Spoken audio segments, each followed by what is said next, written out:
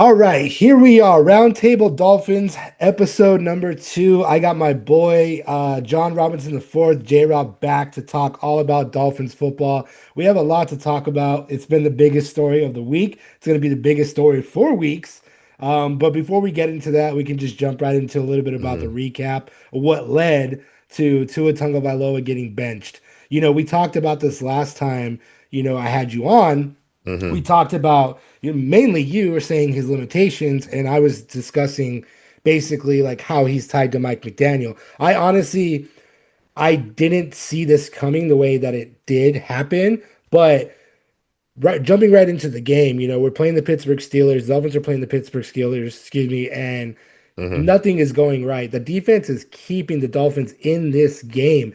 The Aaron Rodgers and company did not score a touchdown until the last 5 minutes of the second quarter. Defense was out there doing their job. On the opposite side of things, the offense could not get anything going whatsoever. And honestly, this was the first time in a long time, and the first time where I was like, oh man, J-Rob was right all the way through in the sense of like I was like, there's something. Well, like I told you, I believe, fully believe still that Tua's hurt. There's no way that he's playing this bad, and there's nothing wrong with him. So he had 61 passing yards through 3 quarters. 3 quarters. Like, how does that happen? How does Mike McDaniel not step in and make a change right then and there? I mean, hmm granted, like the 15th interception is one thing, and it was a really bad throw, hmm as Tua does. Every single game, he always just throws a bonehead throw. But 61 passing yards, how do you not go into the second half, or rather hmm halftime, and make adjustments? Right. So first, I just want to say to those watching, I did not get into a bar fight. I played beer league football on the weekends with my friends, and I just caught an elbow to the face. It happens. Um, but I want to take a bit of a victory lap because I honestly am seeing everything I said in episode one. I mean, Yep. Tua has profound limitations. And honestly, the worst thing that happened to Tua James was him losing Tariq Hill. Yeah. Tua does not have a strong arm. Yeah. He is not a guy who is going to stretch a defense vertically with his ability to pass the football downfield. When you have a Tariq Hill, a defense naturally has to account for him because he is so fast. As long as you throw within timing, he will take the top off your defense. He's just that fast. Yeah. And unfortunately, love Jalen Waddle, but I do think he's a guy who needs another X around him to be able to unlock his full capability. They shift the coverage over to him. I mean, that's why Darren Waller has really become their best red zone threat. I mean, he's kind of been that throughout this season. And so when you don't have that level of a threat, you become easier to guard. Yeah. And if I'm being honest, I don't really know if Tua's hurt. I just think there's a regression. There's a lack Yeah. of confidence. Yeah. Oh, yeah. And I don't think he sees the football field well in zone coverages. I mean, a lot of his interceptions are zone coverages that I think guys like Jackson Dart, Shador Sanders, Cam Ward, they can make those decisions as rookies. But a guy who is making almost $50 million a season, it is just unacceptable at this point. And realistically, for Mike McDaniel, his name as a coach has been under fire. At the end of the day, yeah, they said they're gonna retain him, but I'm not losing my locker room over Tua Tagovailoa. And honestly, yes, he is a $99 million dead cap hit, but you might need to look into finding somebody who might be willing to trade for him. You Yeah. eat some of the salary Yeah. because it's not worth it anymore. It is time Yeah. to head into a new season, and you need to evaluate these quarterbacks coming in. You need to see, maybe, do you want Kyler Murray? There's just things you need to evaluate. Right. I mean, let's jump back to the game real quick. Like, in your opinion, I mean, obviously we're playing couch head coach right now. Yeah. At halftime, would you have made that adjustment? Um, I don't think I would have took him off the field just yet. I don't. If I knew my next guy in is going to be Quinn Ewers, I would rather get him a week of preparation than throw him out there in a dumpster fire. Um, And at the end of the day, they're paying him so much money, James. Mhm. You gotta at least want to believe that this guy can figure it out. Like he's Yeah. a veteran quarterback in the league. You should be able to come back from a bad half. Look, I'll point to that Ravens game where they were beating down the Dolphins and Tua came out and threw 4 or 5 touchdown passes. Fine, but that was 2023. Hmm. That's not now. Like Nope. the 4 games previous to that, where he had less than 200 yards and he still had interceptions, and the defense and the run game are the only two things keeping them in these games. Then you Hmm. go to the Steelers game. This is a win or go home game. Yeah. This is a you don't win this game, your playoff hopes are done.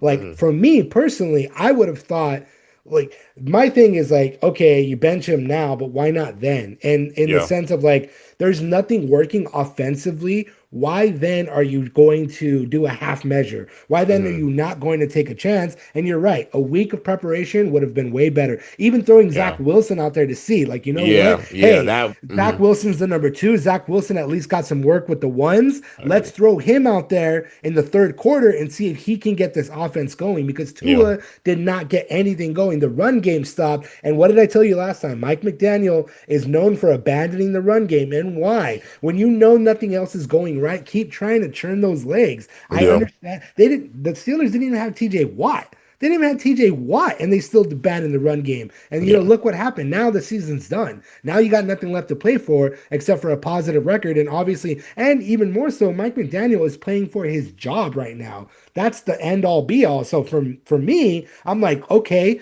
you need to make this wild decision, which he already did. We'll get into that in a few minutes, but why not make it then when it counted more to try to save this game, to try to save that season? And what was even weirder was there was no hurry up offense in the fourth quarter whatsoever. They were just taking their time in the huddle. They were just dancing around, not dancing around literally, but I mean like they weren't hurrying up. And Mike McDaniel was like, "Oh, well, we were just trying to get points on the board. For what? You're getting beat up. What is that going to do? You need a hurry up offense, at least push that rhythm. And look what happened. Tua, they were already doing soft coverage. They were already backing up because they didn't want to give up big plays. And then he carves up the secondary with Darren Waller, like you Yeah. just brought up. And obviously that was going to happen. But like, why did it take that long Hmm.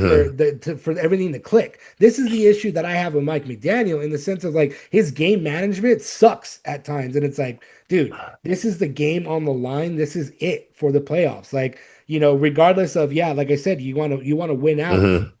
for your job, but it Hmm. would have been better if you gotten into the playoffs and won out. I mean, they're playing the Bengals on Sunday. Yeah. Beat the Steelers, you have a much better shot at getting into the postseason. You know what I mean? Right. So, but nothing happened. They just sat there. Like I said, they took forever in the huddle. They got 2 touchdowns right off the jump. Boom, boom. But it's like, why couldn't you have done that at the start of the fourth quarter and be like, okay, it's now or never kind of a deal.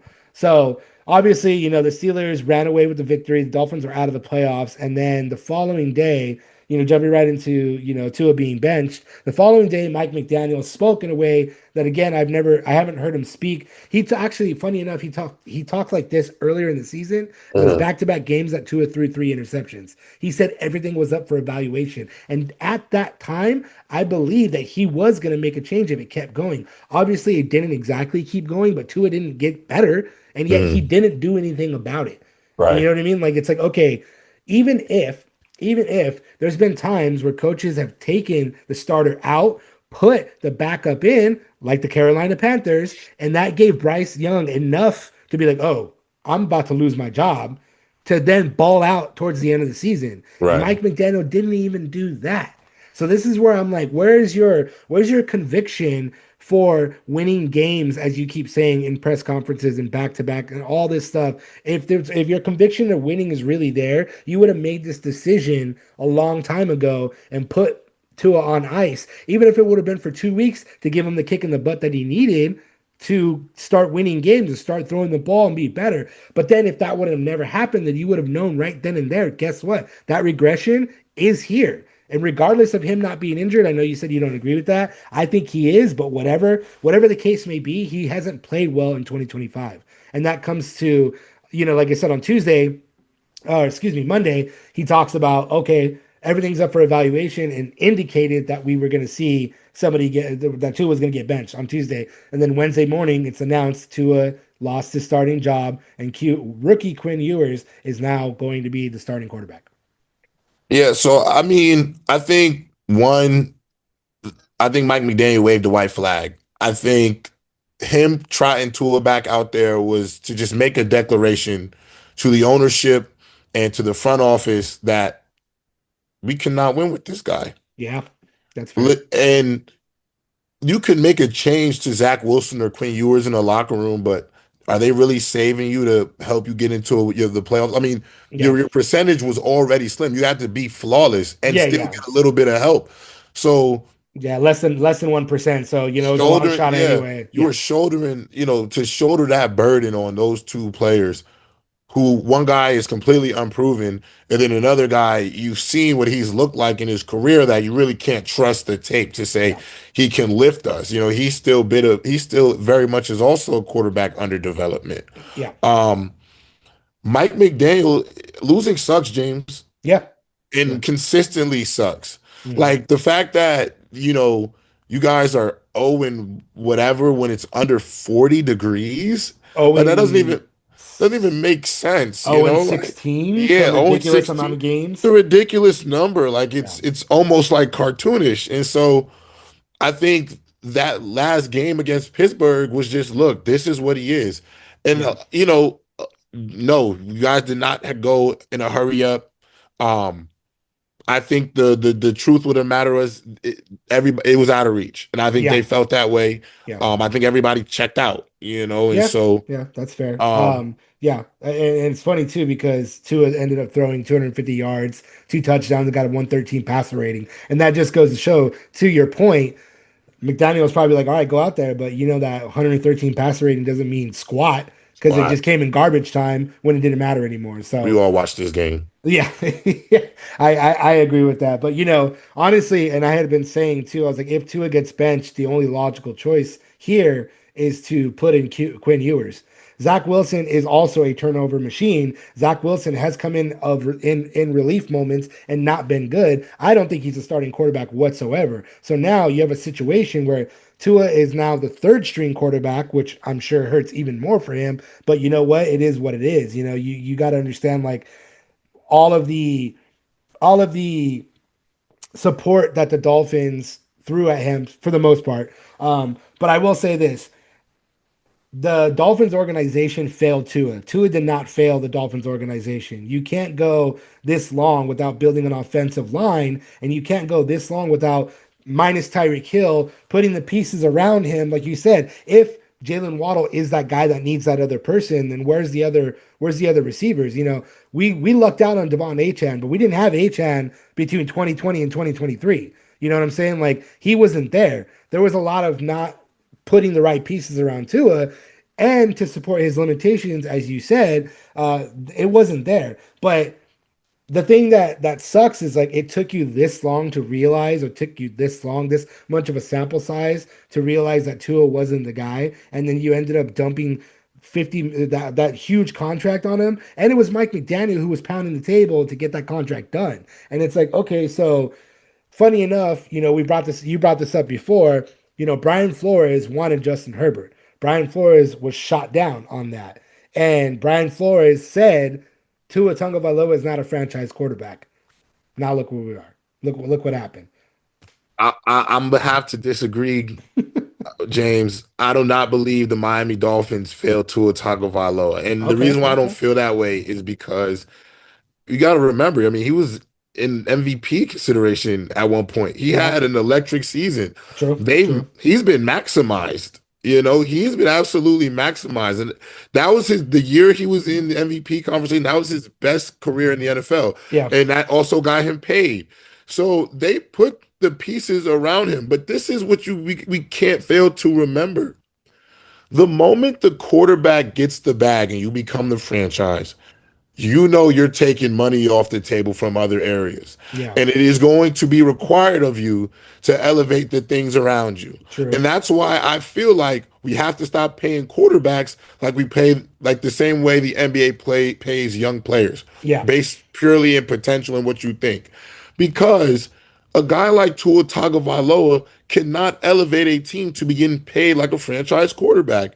To be a guy that gets paid like a Lamar Jackson, a Josh Allen, a Patrick Mahomes, those level of players, I would say Jalen Hurts. Remember, people forget Jalen Hurts took a 30th ranked defense to a playoffs. Yeah. He performed at the highest level in 2 Super Bowls, overly criticized.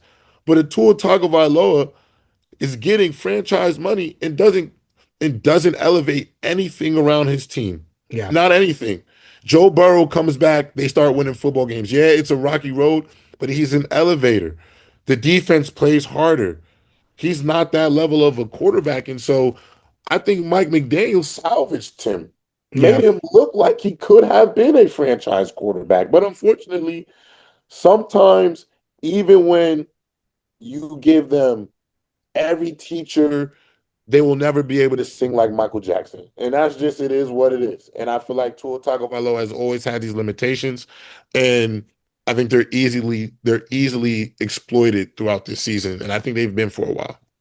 I agree with that. Like I said, I don't agree in the sense of like you. What would have happened to him had we had that solid offensive line for Mhm. those concussions not to happen? Could we have won a playoff game? Could the Dolphins have won a playoff game? Could the Dolphins have gone further in the playoffs?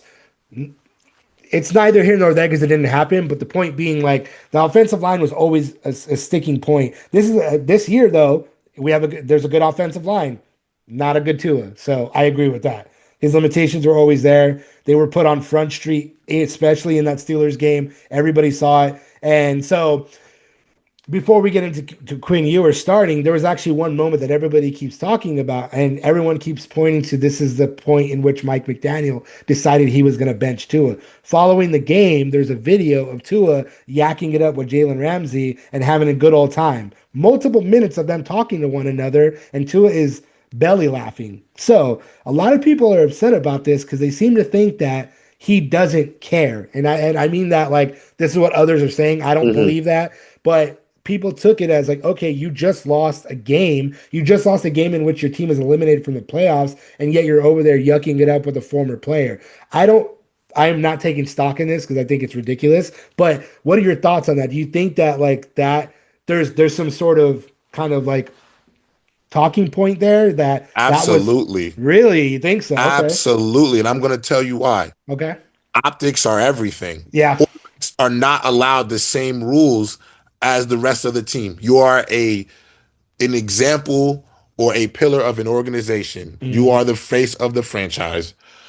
And to be yucking it up and belly laughing with Jalen Ramsey, former Dolphin, who has openly talked about that's his true. disgust with the Miami Dolphins and his issues with Mike McDaniel and company, and you're belly laughing with him, and you're our $50 million salary quarterback. It's a horrible look. It doesn't look good, James. And I people agree with are gonna that. talk to it. And honestly, James, they could have not have talked anything about Dolphins football or the franchise or personnel. They could have been talking about their kids and their Yeah, wives, and yeah, talking about just catching up on life. But you just lost a game yeah. and you're eliminated from any hopes of going to the playoffs. And you had an awful season. You have more interceptions than touchdown passes. Like, you need to be in the locker room. You should be the first one in the locker room. Yeah, I agree with that. Like I said, I personally just thought it was two former competitors yucking it Yeah. up. But yeah, you're right. Optics are a lot, and especially with everything that's going on and the idea that Mike McDaniel's job is in jeopardy, the idea that your job as a starter is in jeopardy. There should have been some pause and been like, all right, hey man, we'll catch up later. I gotta go. Where's your So level of like? Where's your self? Like, where's the self awareness? yeah, Like, where's the yeah. awareness? I get that. I get that. I just thought it was really interesting because it's like split half and half. People are like, so what? Yeah. It's just Jalen Ramsey. But you're right. The thing is, like, my thing on that is, yeah, he's talked crap about Mike McDaniel and the Dolphins organization, but not about Tua. That's not an excuse for it to happen. I'm just saying. So regardless, jumping right into to his bench. His time with the Miami Dolphins is probably over. They do have that Hmm. $99 million cap hit, but right now I think the only thing that happens here is not a cut because why incur that and then screw yourself over but getting a potential Oh Russell yeah, yeah. Wilson, getting a potential whoever, Kyler but Murray, 99 million Kyler, cap it's just too much. It's too much right. to eat. So I think what the logical step here would be that they're going to trade him to a quarterback needy team. They're going to take on that salary for the most part. You cut that in half to like 45, 50 million, but we had to give up a draft pick. That's the only way it works. It's the only way they get rid of Tua, if they're going to get rid of Tua But the in that manner. problem is, James, the question becomes, who's interested? That's where it's like, Cardinals, you got the Raiders. There's are a they? Are I they? don't know. I don't know. With I don't Jacoby Brissett, like, I no, I'm not saying no. I'm not. Those are teams who are would be. No, you're right. Like yeah. that is a team, but like, I don't know if I want to take on that. No, you're right. I'm saying it's improbable, but it's the only possible way that this works out in the sense of them cutting him is if they convince a team to be like, hey, you take on majority of his salary and we'll give you a draft pick. That's Yeah. the only way it works. Otherwise, they're gonna. Yeah. I Oh think yeah, you they. got to give up draft picks. Yeah, the only way that if they don't do that, they keep him and they just wait. He's gonna play. He's gonna be backup for whoever comes over. But this leads right into Quinn Ewers, which I had already said. I was like, if Tua gets benched, Ewers needs to start for the simple fact of like you need to take stock in what you have. We know what Zach Wilson is. We've seen what Zach Wilson can do and cannot do. He's not a starter. Don't you put him out there. Quinn Ewers, on the other hand, is a raw talent that could potentially, you give him a 3-game audition. You see how well he operates the offense. You see what he can do in this limited time. And that gives you, it's not a huge sample size, but it's a nice little sample size to be like, Yeah. all right, what can the rookie do? Can he really command this offense? He impressed coaches. He's been impressing coaches since training camp, since preseason. I saw him throw some really good balls in preseason action. Obviously, that doesn't really count because you're not Yeah. playing full on starters or whatever. But, now you give this guy he wasn't terrible at Texas. Mm-mm. 9,128 passing yards, 68 touchdowns, 24 interceptions. He had a overall 64.9 completion percentage, which isn't like the best, but it's not the worst by any means. I mean, I think he's a decent quarterback. Granted, he was drafted in the 7th round and was supposed to be a developmental piece. They were probably going to take him into the next season, then see how he does. But now it's like, okay, your entire job or your entire goal as a quarterback coming into the league, a player coming into the league, is to get a starting position. Now you get that. Mm. Granted, you're in the tail end of the season, but now you get a chance to show everybody what you're worth. Now it's time for you to rise to the occasion. Well, I think one of the reasons I think people forget Quinn Ewers was like I don't know if you know this, but he was the best ranked quarterback in the history of like college rankings. Like he was like a 99.999 can't miss prospect. Mhm. So, and that merit has really followed him throughout his college career because I don't think he was supremely dynamic at Texas, but to his credit, he went to a college football playoffs, you Yeah, know. He was a few games away from a national championship, and during his time there, Texas, they weren't bums. Like they were a yeah, competitive football team. So kudos to him. I mean, I think the reason why he dropped all the way to the 7th round is because there were a lot of question marks, you know. But I will say this: the arm talent has always been there. yeah, That is the thing that he's always had. Like he is a God-given thrower of the football. You can see it the way it comes out of his hand. He can throw deep, intermediate. It's more about decision making, footwork, those things. Like to yeah. be consistent. Being able to play quarterback, you have to be consistent. You need to be able to make decisions fast. And so can he do that? But you're right. Put him in the game. You got to see because you got to decide what your next steps are. Yep. Because let's say he balls out, has 300-yard games, the offense looks better than it ever has. Well, maybe you could just keep two on the roster and just have your really expensive backup. Yeah. I mean, look at Kirk Cousins, same Yeah. thing. Yeah, really expensive backup. And then James, you just wait for maybe somebody to go down and who needs a quarterback and boom, you know, Yep. Yep. because I think this is your next best bet. You know what I'm saying? No, yeah, and you're right. Yeah, like I said, like you just said, throw him out there, see what happens, see if he can command this offense. And really, like to be fair, this isn't a terrible offense. You have a really good run Mm. game.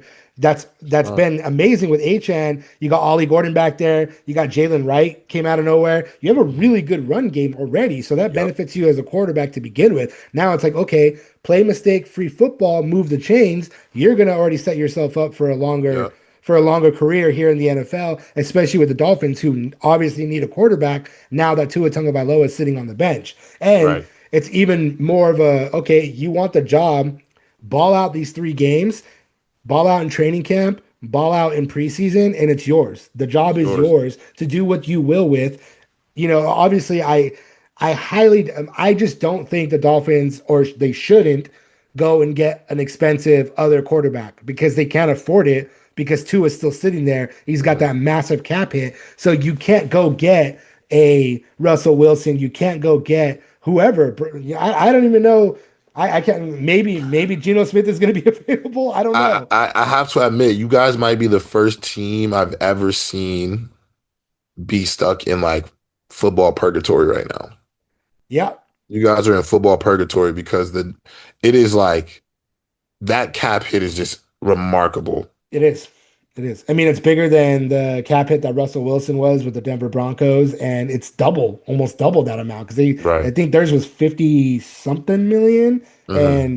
and Tua's would be 63, and then whatever Right. 27, whatever it is next season. It's terrible. It's terrible. It's a terrible situation. Yeah. And yeah, I just don't think the Dolphins can or should go out and get another person. Not unless, of course, there's some sort of wacky scenario where we're able to give Tua to the 49ers. They give us Hmm. Mac Jones. We give them a draft pick. They take on his contract. In a perfect world, this is what would happen. And then you got Mac Jones over here to come ball out. But, again, none of that has to happen if Ewers can come out and ball out and show that, you Right. know what, he's a rookie quarterback, but he, like you said, the talent there, the arm talent's there. He was a highly rated prospect. He did decent in college. He went to the playoffs or the playoff. He was a few games short of a national championship. He's not a terrible quarterback by any means, but it's like, Hmm. okay, that doesn't mean that you're going to come out and immediately be a star in the NFL.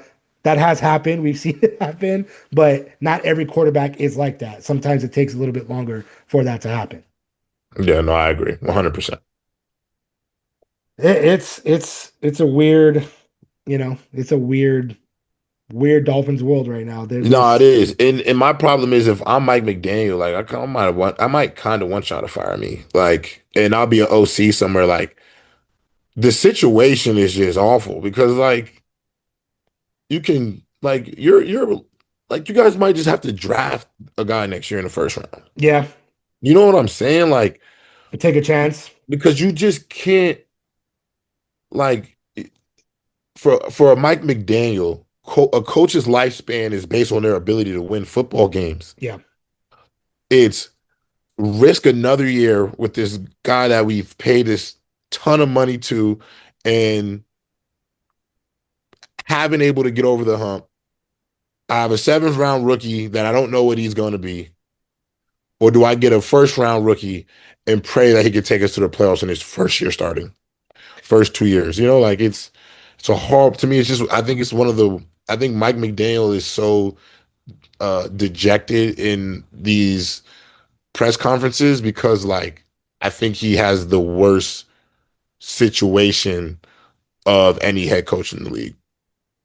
I mean, and like I said before, he's playing for his job right now. There's no promise that he's going to be back. And to be honest, like I was upset at the moment when the Dolphins didn't clean house and they didn't just it would have been brutal if the Dolphins traded Achan and Jalen Waddle, but Yeah. to get those first round picks back, especially the given situation, you fire Yeah. Mike McDaniel, you've already fired Chris Greer, you get rid of those players, you stack on that draft, and like you said, you go out and you get a potentially better quarterback. But everyone's talking about how this quarterback class is not the greatest, apart from like the top 2 or 3 guys out there. But Mhm. regardless, you never know who can become what in this league just Right. because they're low rated. Like, look at Tom Brady. You know what happened with that. I'm not saying any of these next guys are the next Tom Brady, but you never know.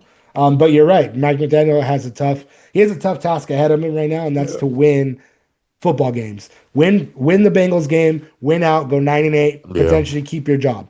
That's Yeah. that's all there really is to it. And the fact of the matter is, if he is brought back, these personnel decisions are not really Yeah. on him anyway because Right. the Dolphins don't have a general manager. They have an interim Right. general manager. Whoever this next general manager, I feel has more pressure because then it's their Oh job to yeah. figure out the Tua situation, to Yes. potentially draft a quarterback that's going to be better than Ewers if he doesn't Yes. pan out, and all the other things that are wrong, that are, It the is one of the offensive line. worst situations to go to in the league, James. Like you making the case of like if I'm a GM, why do I want to take this on?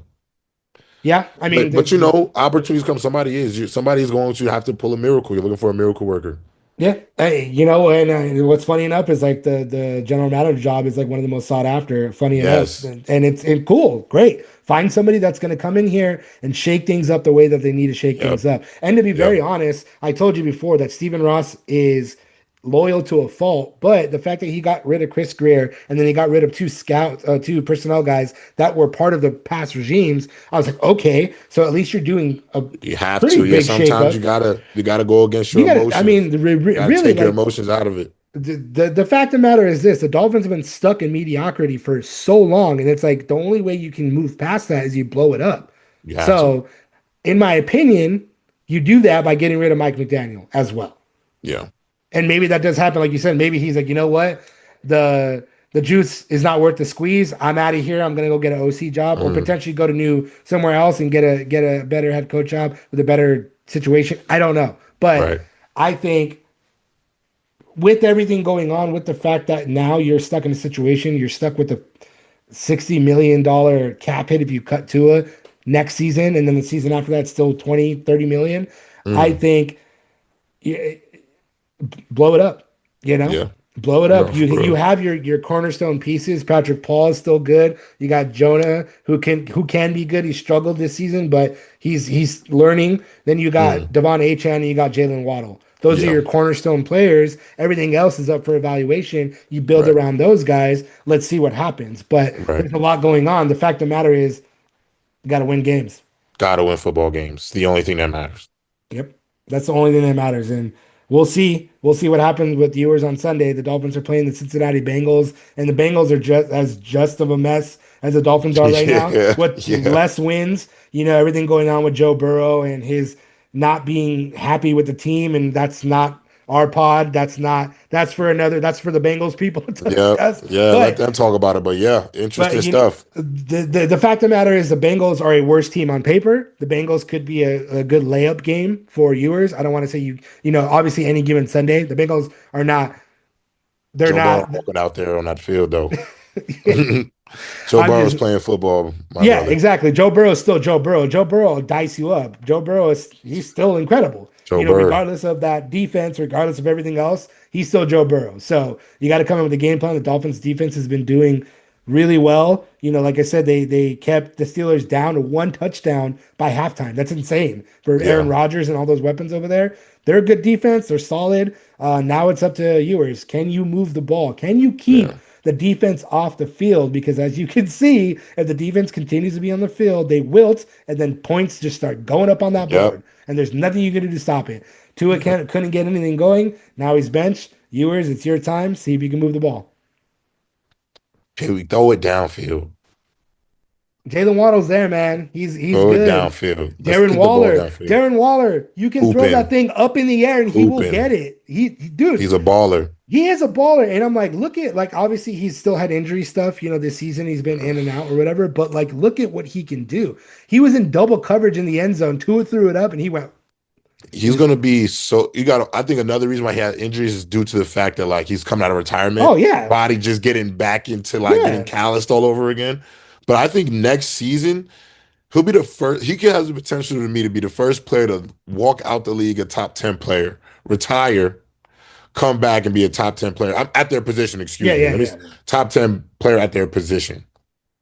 I mean, he's got like, I want to say he's got 6 touchdowns and he's Yo, only he's a played. boss.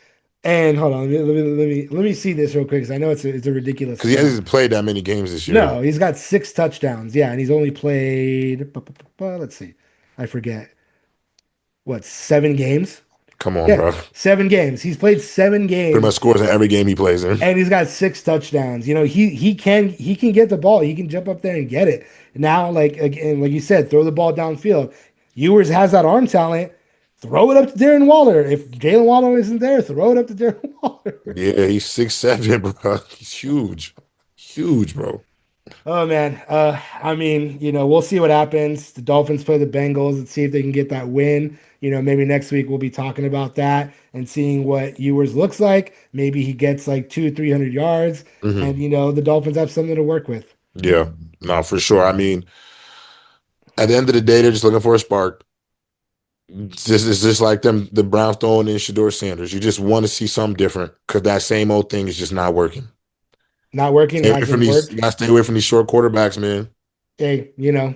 There you go. There you go. Kyler Murray's in trouble. Tua's Yeah, in like Tua trouble. Tagovailoa is like 6 feet 5'11", man. Let's be Yeah, honest. yeah. He's short Short from guy. quarterback for sure. Yeah. Uh, Thank you, J Rob, for Yeah, of joining me course. again. This is episode 2 of the Roundtable Dolphins podcast. Hopefully, I'll have you back again next week, and we'll talk about Yep. hopefully a win for the Dolphins. We'll see what happens, or I mean, Yes. at least a positive report card for Quinn Ewers in his Yeah. first NFL start. That's what's really about. What's going to happen with the Dolphins next? There's so much to talk about, with Tua and Hmm. after the season and new general manager. But Yeah. there you go. Yeah. I appreciate you for having me, James, for sure.